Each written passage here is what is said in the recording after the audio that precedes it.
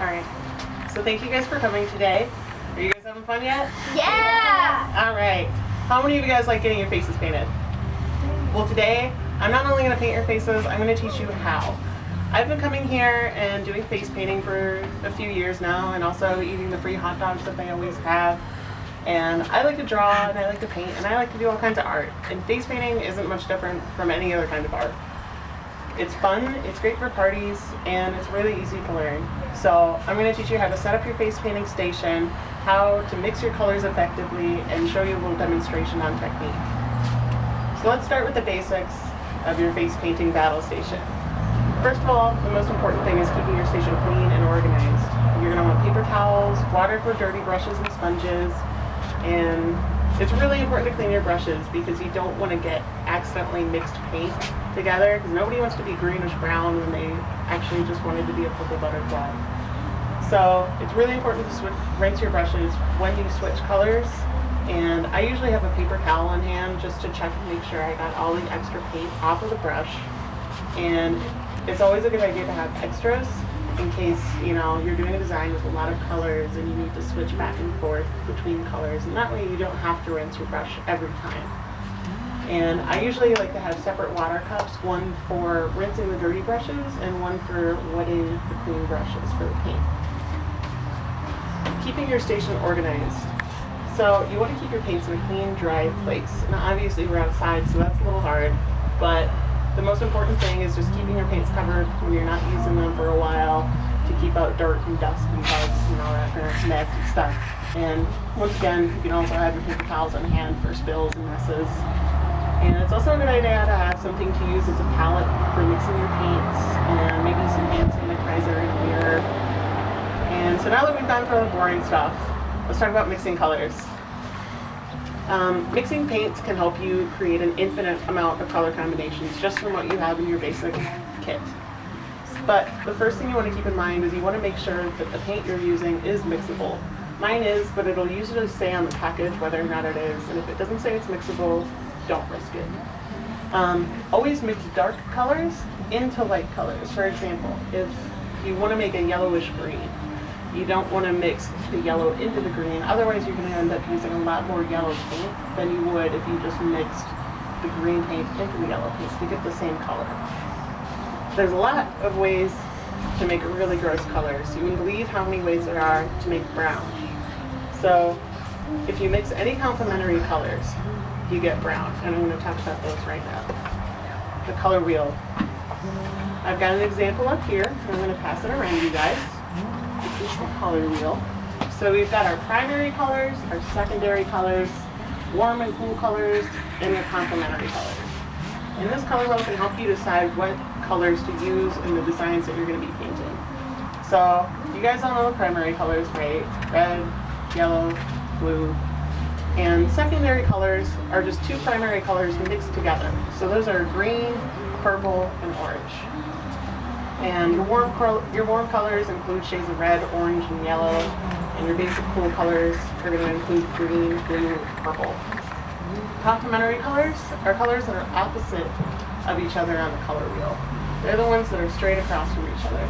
So, for example, purple and yellow, or red and green.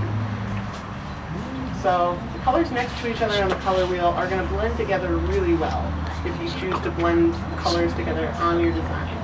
So red or orange or yellow and green, these are going to have smooth transitions, and they're not going to have that muddy result that you would if you mix complementary colors. Complementary colors pop really well when they're placed next to each other. So you see those used on a lot of like sports team logos, like red, like orange and blue, or purple and yellow. So to summarize, you guys know to have your clean battle station. You know how to use your colors effectively. So are we ready for some actual face painting? All right. Does anybody want to volunteer? Susan? All right. So I've got my brushes are clean, and go ahead and sit down. My brushes are clean and organized. I got my water, my sponges, my paper towels, and my face paint. So let's actually put the paint onto the face. So what design are we going to do today? Butterfly. Big butterfly. Come on. So today we're going to do a butterfly. What we want to do first is get the base color on. So I'm going to wet my brush, squeeze out the excess water, and you really want to squeeze out most of the water because otherwise you're going to get, the paint is going to get too wet and you're going to get a really streaky effect. And what color butterfly did you want? Teal? Green? Alright, we're going to do a green butterfly today. And I'm just going to dip my sponge into the paint and really lightly, I like to do what's called stippling, and that really ensures that you get a nice thick layer of that paint on there rather than if you just use your sponge to just wipe it on the face. So I'm just going to tap that on there really lightly. Oh, sorry.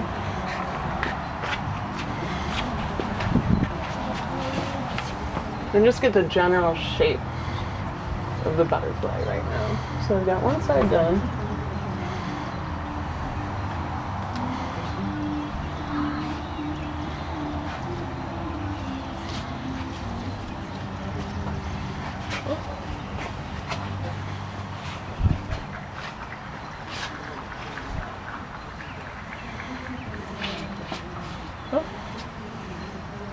Sorry, I can catch you by surprise when your eyes are closed.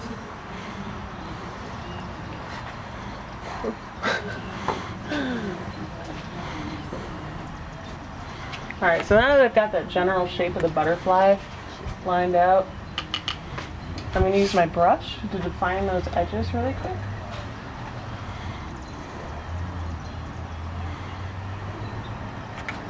And after I'm done with the wings, I'm just going to make the body and the antenna of the butterfly.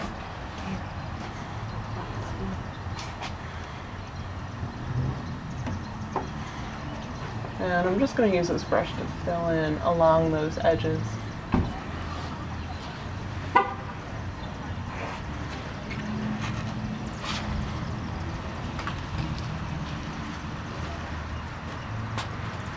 So again, with the base color, if you don't get a really thick, nice layer of paint that first time, you can always go over it again with the second layer. Just wait until that first base layer dries.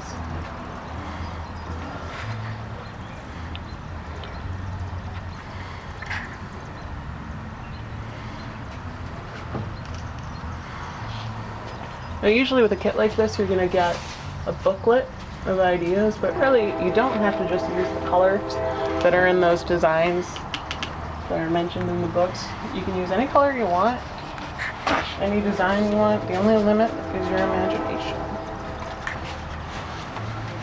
Alright, so now that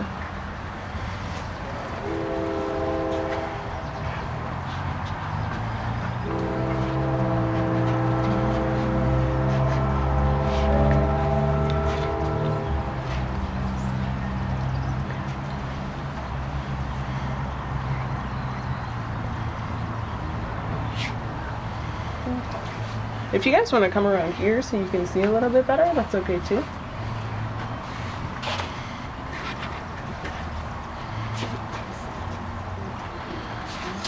Alright, so now that I've defined the wings a little bit better, I'm going to start working on the body of the butterfly, and I'm just going to do one long diamond, basically,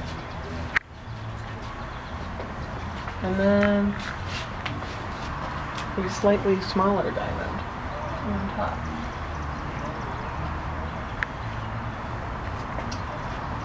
And just two short tapered brush strokes for the antenna. So now that we've got the base coat and the basic details done, we're going to move on to getting the real detail in. And when you start using your brush, what you want to keep in mind is you want to be in control of your brush strokes. You want to know exactly what every brush stroke is going to do. For instance, if you use a short tapered stroke, like a short sketchy stroke, that's really good for making, you know, furry eyebrows or cool mustache, but maybe not the best for making a long detailed line. So what color would you like for the details around that? Whatever color like this. Okay. Alright. Blue, okay? Okay. Alright, so we're going to start working on the outline here. And what you want to keep in mind when you're doing an outline is you don't want to get that short, sketchy look to it. You know, you're going to have that tendency to do real short, sketchy lines, but it's going to show through in the quality of the line. So what you want to do is just keep your brush on the skin. And that way you're going to have a nice, clean, smooth line. And if you have to go over it again, that's okay. Because the end result is generally going to be better than if you use that short, sketchy line.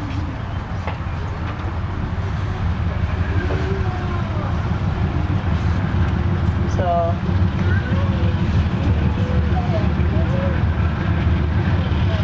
getting the detail in here.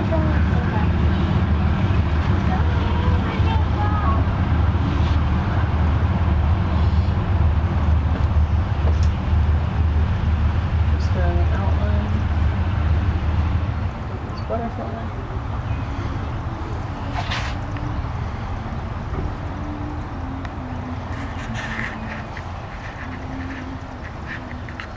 And if you make a mistake, you want to keep in mind that that's okay too. It's not the end of the world. Just don't be too hard on yourself. And as Bob Ross would say, there are no mistakes, just happy accidents.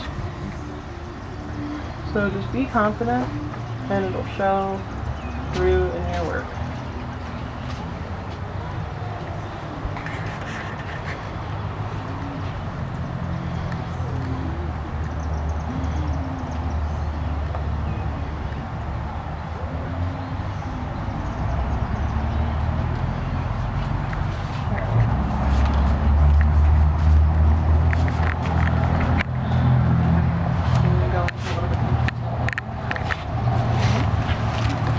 Alright, so can we get a round of applause for our volunteer that helped us learn the basics of face painting?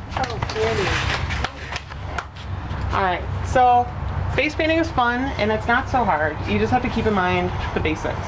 You want to keep your battle station clean and organized. You want to be careful mixing your colors and remember the color wheel.